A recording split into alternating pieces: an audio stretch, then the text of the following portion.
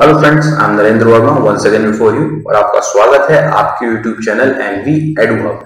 तो दोस्तों, जैसा कि आप जानते हैं कि पिछले वीडियो में हमने डिस्कस किया था for feature of shares, general entries भी की थी और कुछ क्वेश्चंस भी किए थे, राइट। आज हम डिस्कस करने वाले हैं री इश्यू ऑफ शेयर्स। ओके, अब देखिए डेफिनेशन तो यहाँ लिखी हुई है, लेकिन मैं आपको आसान शब्दों में समझा देता हूं, उसके बाद डेफिनेशन भी पढ़ लेंगे, आपको वर्ड टू वर्ड सब कुछ समझ में आ जाए। होता क्या है कि जो शेयर्स कंपनी के द्वारा फॉरफीट कर लिए जाते हैं, से फॉर एग्जांपल कोई मिस्टर ए हैं और इनके पास 1000 शेयर्स थे, इन्होंने एप्लीकेशन दिया, अलॉटमेंट दिया, लेकिन जब फर्स्ट कॉल देने की बारी आई तो इन्होंने पैसा नहीं दिया। इनको 14 डेज का नोटिस भेजा गया, उसके बाद भी इन्होंने पैसा नहीं दिया। फिर कंपनी ने इनके शेयर्स को क्या कर लिया, फॉरफीट कर लिया। The moment company forfeits anybody share, उसके बाद जो कंपनी है वो क्या है, फ्री है कि भाई इन शेयर्स को दोबारा से इशू करने के लिए, और दोबारा से इशू करने के लिए वर्ड आ जाता है रीइश्यू। अब मजेदार बात यह है कि जब पहली बार इशू किया गया था शेयर को, तो वहां केवल दो ऑप्शन हैं आज की डेट में, according to companies act 2013, at par और एट प्रीमियम। डिस्काउंट पे हम शेयर्स इश्यू नहीं कर सकते स्वेट इक्विटी शेयर्स को छोड़ के। लेकिन जब बात री इश्यू की होती है तो आपके पास हो जाते हैं तीन option. Means company at par भी इशू कर सकती है, एट प्रीमियम भी कर सकती है और एट डिस्काउंट भी कर सकती है। ये है ना मजेदार। लेकिन उसमें भी एक शर्त है। उसमें शर्त ये है कि जो डिस्काउंट का पैसा है वो जितना आपने उस व्यक्ति से पैसा जब्त किया है उससे ज्यादा नहीं होना चाहिए। जैसे भाई इस मिस्टर ए ने एप्लीकेशन में कुछ पैसा दिया, अलॉटमेंट में कुछ पैसा दिया, जो टोटल पैसा दिया इसने मिला के, ठीक, डिस्काउंट हम उससे ज्यादा का नहीं दे सकते, बस इतनी सी बात है। जब हम क्वेश्चन करेंगे तो आपको ये बात और बेहतर तरीके से समझ में आ जाए। ठीक, एक और बात कि जब आप शेयर्स को रीइश्यू कर देते हैं, क्योंकि कंपनी के लिए मैंने आपको बताया था फॉरफीचर ऑफ शेयर में कि कंपनी के लिए जो फॉरफीट करने के बाद पैसा आता है एक तरीके से कैपिटल प्रॉफिट है। जब तक कि इसमें से रीइश्यू ना किया जाए ये बना रहेगा, और जैसे ही इन शेयर्स को रीइश्यू कर दिया जाता है तो जो भी बैलेंस बचता है फॉरफीटेड अकाउंट में, उसको हमें ट्रांसफर करना होता है किसमें, कैपिटल रिजर्व अकाउंट। ठीक, चलिए अब पढ़ते हैं जरा। देखिए क्या लिखा हुआ है, share once forfeited become the property of the company and may be reissued, यानी कि एक बार जिन भी शेयर्स का हरण हो जाता है वो कंपनी की संपत्ति बन जाती है पहली बार, और उसे वो दोबारा रीइश्यू कर सकते हैं। कंपनी फ्री है उनको रीइश्यू करने के लिए, कौन से शेयर्स को, फॉरफीटेड शेयर को, और ये लमसम में किए जाते हैं। एट पार पे कर सकती है, प्रीमियम पे कर सकती है और इवन डिस्काउंट पे कर सकती है, लेकिन शर्त लगी हुई है, provided that the discount on reissue does not exceed the amount previously received on these shares.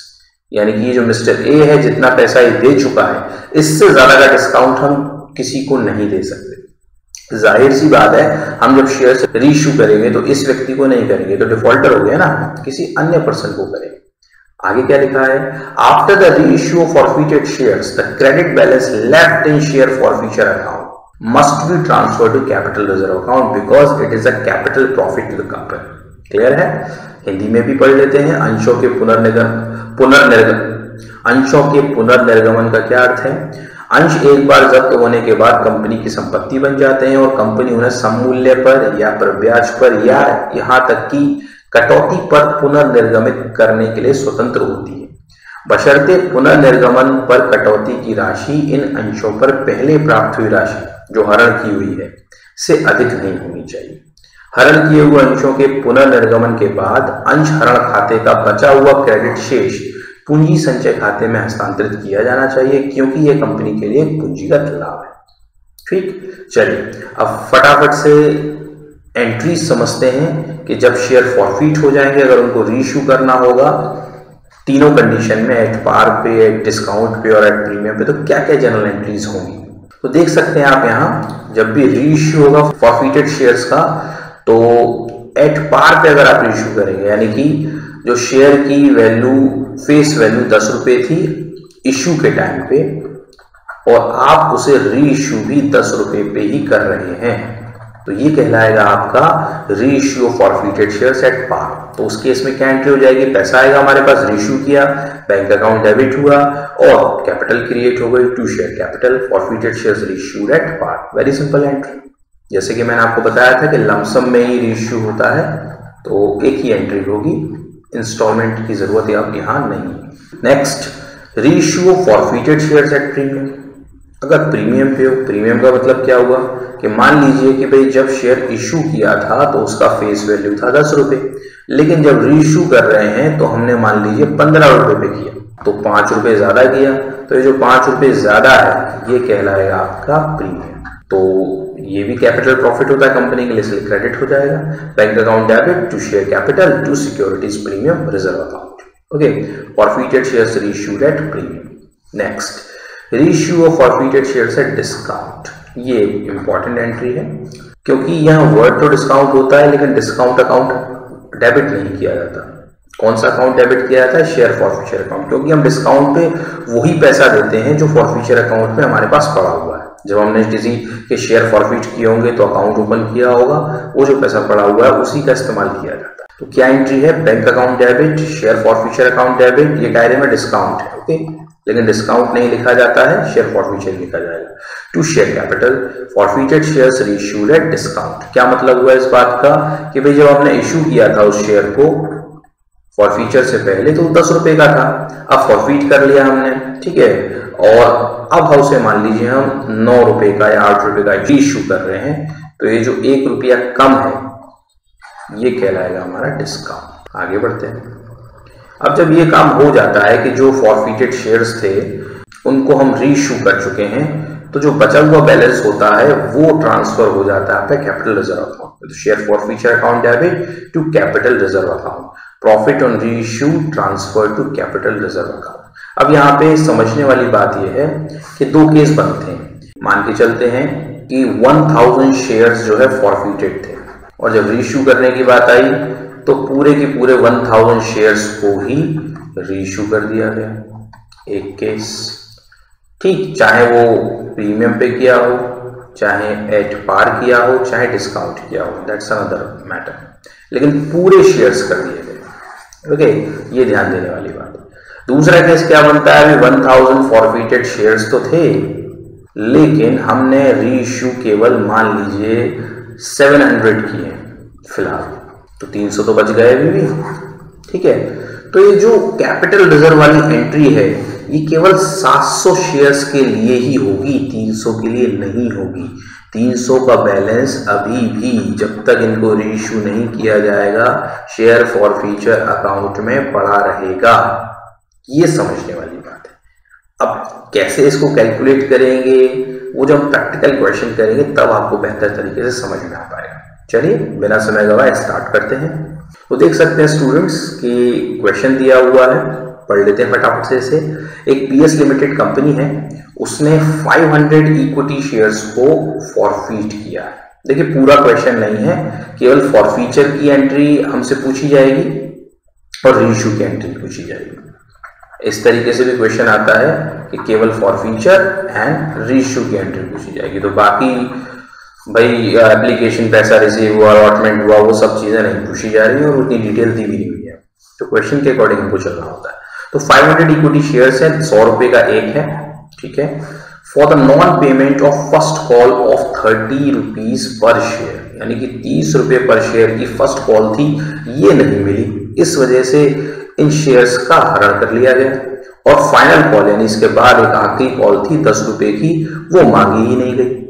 यानी कहने का मतलब ये है कि जो 100 रुपए हैं शेयर पे, वो कहीं ना कहीं 30 रुपए तो फर्स्ट कॉल के हुए और 10 रुपए आपके फाइनल कॉल के हुए। कितने हो गए? 40, बचे बाकी के 60। ये कहीं ना कहीं एप्लीकेशन एंड अलॉटमेंट पे रहे होंगे, हमें फिलहाल उससे मतलब नहीं, क्योंकि वो पैसा ऑलरेडी रिसीव्ड हो चुका है। ये पैसा हमने मांगा और इसने नहीं दिया, और ये हमने मांगा ही नहीं, नॉट कॉल्ड, ठीक है। ये है इस क्वेश्चन का मतलब, ठीक। चलिए आगे बात करते हैं। आगे क्या कह रहा है question, past necessary journal entries in the books of the company, तीनों केसेस हमको दिए हैं। व्हेन ऑल, देखिए ध्यान दीजिएगा यहाँ पे ऑल लिखा हुआ है। When all shares were reissued at ₹100 each fully paid up, when all forfeited shares were reissued at ₹120 each fully paid up, when all forfeited shares were reissued at ₹90 each fully paid up. देखिए बहुत clear हो रहा है, face value कितना है share का, 100 रुपए, 100 रुपए पे इश्यू हो रहा है, तो ये एट पार वाला केस हो गया। यहाँ 120 पे हो रहा है तो ऑब्वियसली बात है, यहाँ पे 20 रुपए क्या हो गया, प्रीमियम हो गया। ये 90 पे हो रहा है तो इसका मतलब 10 रुपए यहाँ पे क्या हो गया, डिस्काउंट। ठीक, हिंदी वाले स्टूडेंट्स हिंदी में पढ़ सकते हैं। 100 रुपए वाले 500 समता अंश हैं। पीएस लिमिटेड कंपनी ने प्रथम याचना प्रति अंश 30 रुपए प्राप्त ना होने के कारण जब्त किया है इसको। ठीक है, यानी उससे पहले का पैसा प्राप्त हो गया। अंतिम याचना 10 रुपए की थी जो मांगी नहीं गई। ठीक, इसी से हमें जानकारी मिली है कि 60 रुपए मांग लिए गए। ठीक है, चलिए आगे। कंपनी की पुस्तकों में आवश्यक जर्नल लेके कीजिए। 100 रुपए पे अगर किया जाता है इश्यू, 120 पे किया जाता है और 90 पे किया जाता है तो 3 कंडीशंस में क्वेश्चन होंगे। ठीक है, तो मैंने वही हमेशा की तरह वही किया है कि 3 क्वेश्चंस ना लेके एक ही क्वेश्चन में आपको सारी बातें सिखाने का प्रयास किया है। चलिए करते हैं फटाफट से। पहले वो एंट्रीज करते हैं जो तीनों केसेस में कॉमन होगी, और वो कौन सी एंट्री होगी, फॉरफीचर की एंट्री। राइट, फॉरफीचर तो तीनों केसेस में कॉमन ही होगा, रीइश्यू में डिफरेंस आएगा। Okay, journal entries in the books of PS limited. Okay, तो पहले फॉरफीचर की एंट्री करेंगे। जो स्टूडेंट्स ये वीडियो पहली बार देख रहे हैं और फॉरफीचर की एंट्री मिस कर रहे हैं तो आप पिछला वीडियो देख सकते हैं, उसमें मैंने फॉरफीचर की एंट्री डिस्कस की थी। ओके, तो क्या एंट्री होगी, तो देख सकते हैं आप, equity share capital account debit to equity share first call account to share forfeiture account.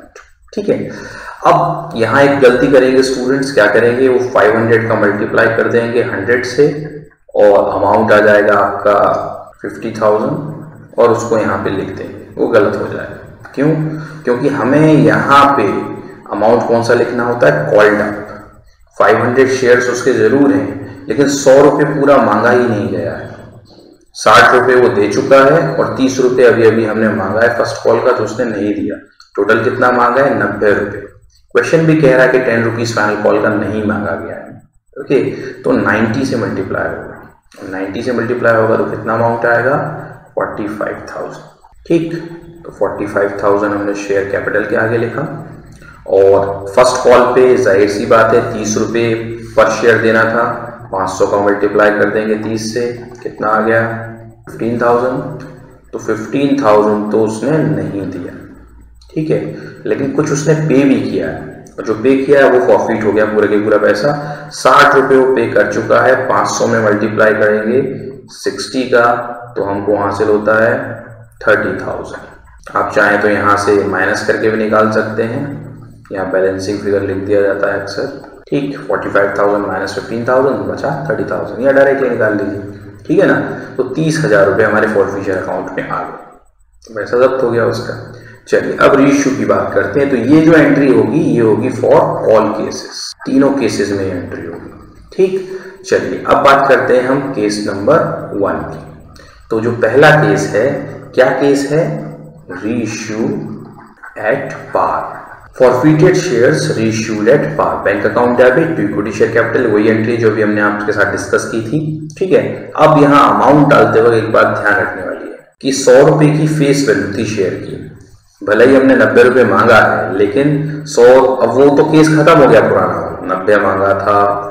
ठीक है, वो केस पुराना खत्म हो गया, नया केस है, फेस वैल्यू 100 रुपये थी और 100 पे इशू किया गया है। ठीक, तो हम यहाँ पे 500 का मल्टीप्लाई करेंगे 100 से, 50,000। क्लियर है। अब आप कहेंगे सर यहाँ तो कंपनी का फायदा हो गया, फायदा नहीं हुआ है, वो 10 रुपये तो मांगा ही नहीं था ना कंपनी ने, और यहाँ ये मान लीजिए कि मिला के मांग लिया।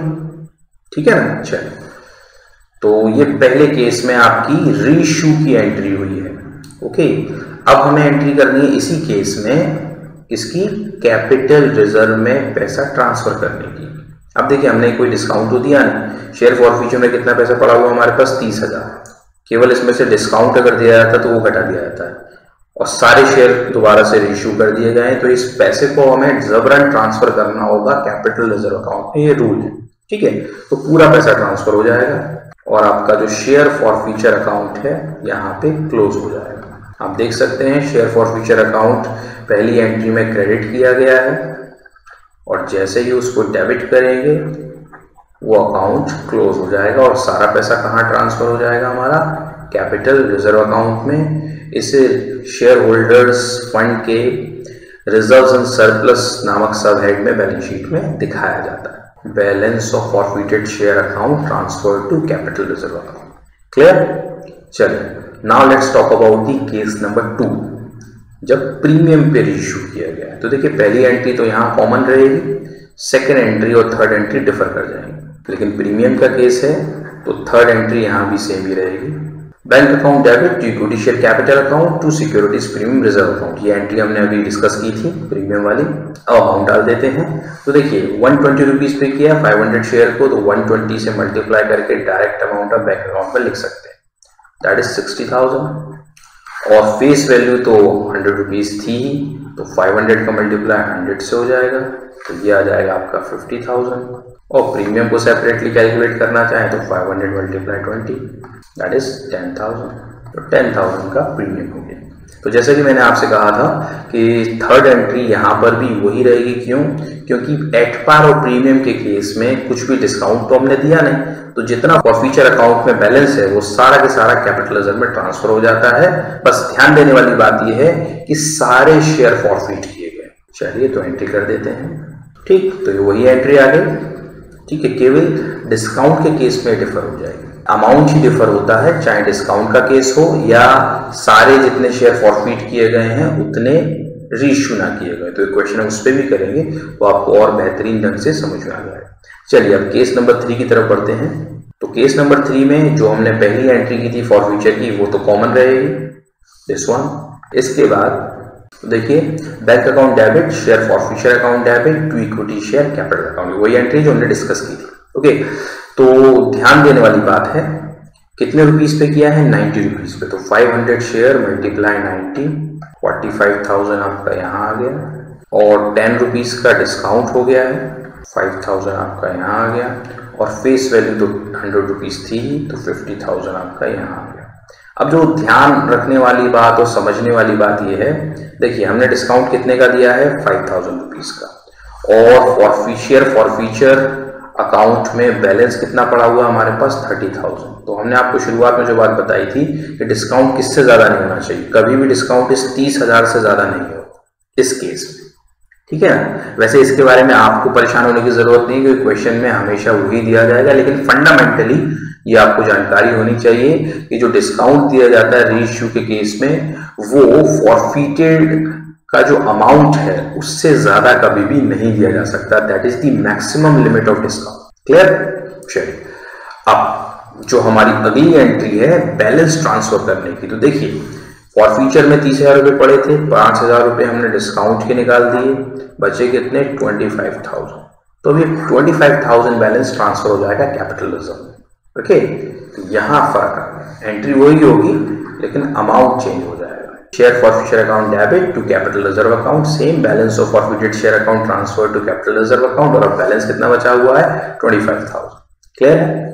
बहुत सिंपल है, आप चाहें तो वीडियो को बैक करके सारे केसेस एक बार फिर से देख लीजिए, आपको सब कुछ क्लियर हो जाएगा। Okay, now let's move on to the another question, जिसमें हम क्या करेंगे, जितने शेयर्स फॉरफिट हुए हैं सभी को रीइश्यू नहीं करेंगे। ठीक, वो केस और देख लेते हैं। तो देखिए क्वेश्चन नंबर 2, निधि लिमिटेड कोई कंपनी है जिसने 2000 शेयर्स इशू किए थे और एक शेयर की फेस वैल्यू है 100 rupees. All the money was receive except, सिवाय किसके? 200 शेयर्स पे, जिसपे केवल अभी तक 90 रुपीज पर शेयर रिसीव हुआ है, यानी कि 10 रुपए पर शेयर रिसीव नहीं हुआ है। These shares were forfeited and out of the forfeited shares, ये ध्यान देने वाली बात है। देखिए फॉरफीट कितने शेयर्स का हुआ है? 200 का, और हम कितने शेयर्स इश्यू कर रहे हैं? 100, आधे कर रहे हैं at ₹80 each as fully paid. अब देखिए फेस वैल्यू कितने का था? 100 का, कर कितने पर है? 80 पे, तो जाहिर सी बात है डिस्काउंट हो गया। चलिए, पास necessary general entries for the above transaction and prepare share forfeiture account. कई बार ये भी पूछ लिया जाता है, एक लेजर बनाना पड़ेगा हमको फॉरफीचर अकाउंट का, कोई बात नहीं, हिंदी में भी देख सकते हैं। निधि लिमिटेड है और 100 रुपए वाले 2000 अंशों का इन्होंने निर्गमन किया, सभी धनराशि प्राप्त हो गई सिवाय 200 अंशों के, जिन पर केवल 90 रुपए अभी तक प्राप्त हुए हैं। इन अंशों को हरण कर लिया गया और हरण किए हुए अंशों में जो 100 अंश हैं उनको 80 रुपए प्रति पूर्णदत्त की दर से पुनर्निर्गमित कर दिया गया। ठीक है, चलिए तो शुरू करते हैं journal entries in the books of Nidhi Limited. तो पहले फॉरफीचर की एंट्री करेंगे। देखिए, share capital account debit to calls in arrears account to share forfeiture account. तो आप सोच रहे होंगे सर कॉल्स इन एरियर क्यों कर दिया। देखिए क्वेश्चन को जरा ध्यान से पढ़ते हैं। क्वेश्चन कह रहा है कि ये जो व्यक्ति है इसके पास 200 शेयर थे, लेकिन कंपनी ने 2000 शेयर इश्यू किए, वो अलग केस है, बाकी लोगों को भी किए होंगे, लेकिन फिलहाल हम इसकी बात करें। तो 200 शेयर इसको इश्यू किए थे, इसने केवल 90 रुपए दिए, 10 रुपए नहीं दिए। अब ये 10 रुपए फाइनल कॉल होगी, हम एक ऐसा अंदाजा मार सकते हैं। ठीक है, लेकिन क्वेश्चन में दिया तो नहीं है। तो इस तरह के क्वेश्चन में जब आपको क्लियर नहीं हो पा रहा है कि कौन सी कॉल है मांगी गई है जिस पे पैसा नहीं दिया गया है, तो बेहतर ये है कि आप किसी कॉल का नाम अज्यूम करने के बजाय कॉल्स इन एरियर डाल दीजिए, आप सेफ हो जाते हैं। बहुत सिंपल सी बात है। ओके, चलिए तो इस पे पूरा 100 रुपीज मांगे गए हैं, लेकिन उसने अभी तक 90 दिए, यानी कि 10 रुपए, यानी कि लास्ट वाली कॉल उसने नहीं दी है। तो आप चाहें तो यहाँ अज्यूम करके कॉल्स इन एरियर की जगह शेयर फाइनल कॉल भी लिख सकते हैं, लेकिन बेहतर रहेगा कि आप कॉल्स इन एरियर लिख दें, कोई बात नहीं। तो 200 का मल्टीप्लाई हम 100 से कर देंगे तो कितना आ गया, 20,000। ओके, और 10 रुपए की उसने कॉल नहीं दी, यानी कि 2000 रुपीज उसने नहीं दिए, और 90 रुपीज वो अभी तक पे कर चुका है। तो 200 शेयर पे 90 रुपीज के हिसाब से कितना हुआ, 18,000। आप ऐसे भी निकाल सकते हैं, चाहे माइनस करके निकाल लीजिए। 18,000 जो पैसा वो पे कर चुका था, वो पैसा उसका जब्त हो गया, यानी कि फॉरफीट हो गया। ठीक, चलिए अब रीइश्यू की एंट्री करते हैं। Bank account debit, share forfeiture account debit to share capital account. Forfeit कितने किए गए थे, 200, लेकिन केवल 100 फॉरफीटेड शेयर्स को रीइश्यू किया गया डिस्काउंट में, कोई बात नहीं। 100 से मल्टीप्लाई कर देंगे 80 रुपीज का, 80 रुपीज पे किया गया है, इट कम्स आउट 8,000 रुपीज, यानी कि 20 रुपए का डिस्काउंट दिया गया है 100 शेयर पे, 2,000 रुपीज। और इन 100 शेयर्स की फेस वैल्यू कितनी थी, 100 रुपीज, यानी कि 10,000। ओके, सो 8,000 रुपीज हमें मिले, 2,000 हमने डिस्काउंट दे दिए। कितने में से डिस्काउंट दे दिए, इसी 18,000 में से। इस 18,000 में से 2,000 का हमने डिस्काउंट दे दिया, तो अब हमारे पास बचे कितने, 16,000। ठीक, चलिए अब एंट्री कर लेते हैं हम कैपिटल रिजर्व वाली। क्या एंट्री होती है, तो देखिएगा share forfeiture account debit to capital reserve account, वही एंट्री होगी। और स्टूडेंट्स क्या करेंगे, यहाँ पे लिखेंगे 16,000 और क्वेश्चन हो जाएगा गलत, ये अमाउंट गलत है, ये नहीं आएगा। पूछे क्यों, क्योंकि 18,200 शेयर का फॉरफीटेड बैलेंस है और आपने केवल 100 शेयर फॉरफीट किए, 100 तो भी किए ही नहीं, तो केवल उतने ही शेयर का फॉरफीटेड बैलेंस बचा हुआ आप कैपिटल रिजर्व में ट्रांसफर करते हैं जितने आप रीइश्यू कर चुके हैं। तो देखें कैसे निकालेंगे उसको, ध्यान दीजिएगा। यहाँ पे देखिए, यहाँ तो कैलकुलेट करना आसान है, हाफ कर देंगे, लेकिन आप इस तरीके से करें कभी गलती नहीं होगी। On 200 shares forfeited amount is equal to 18,000। तो एक शेयर पे कितना होगा फॉरफीटेड अमाउंट, 18,000 डिवाइडेड बाय 200। तो अब हमें निकालना कितना पे है, 100 शेयर्स पे। तो ऑन 100 शेयर्स फॉरफीटेड अमाउंट कितना होगा, 18,000 डिवाइडेड बाय 200 मल्टीप्लाई 100। ठीक है ना, कितना आ गया, 9,000।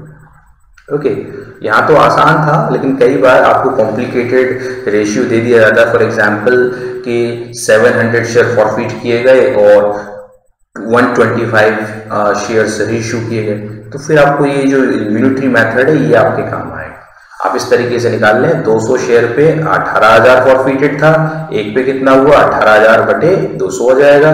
तो 100 पे कितना होगा, 18,000 बटे 200 मल्टीप्लाई 100, तो निकल के आ गया आपका 9,000। यानी कि जो 9,000 100 शेयर का था जो रीइश्यू हो गए, और 9,000 100 शेयर का जो रीइश्यू नहीं हुए, तो हमें केवल उसी का बैलेंस ट्रांसफर करना है इसमें। ठीक है, तो 9,000 हम ट्रांसफर नहीं करेंगे, 9,000 में से हम माइनस करेंगे जो हमने डिस्काउंट दिया है। कितना डिस्काउंट दिया है हमने, 2,000 का। तो 9000 में से 2000 हम माइनस कर देंगे, बचा कितना 7000, ये ट्रांसफर किया जाएगा। ठीक प्रोपोर्शनेट बैलेंस किया जाता है as per the ratio of the share.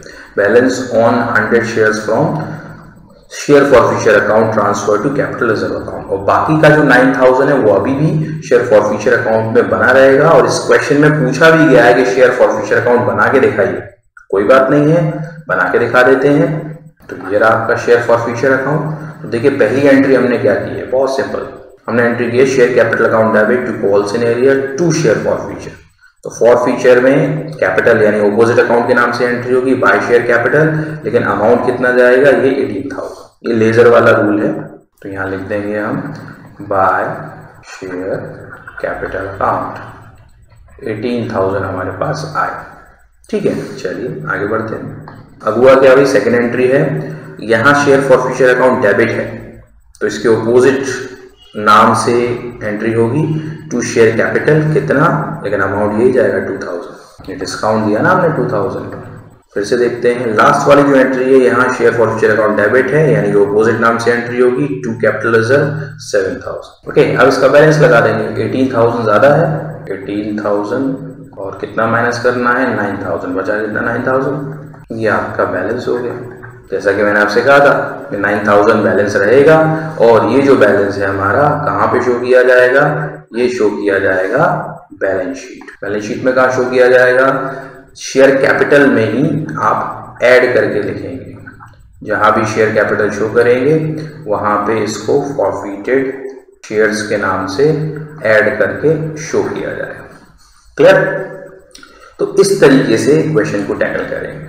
So friends, I hope आपको आज का वीडियो पसंद आया होगा। आप इसे लाइक करेंगे और अपने फ्रेंड्स के साथ शेयर भी करेंगे।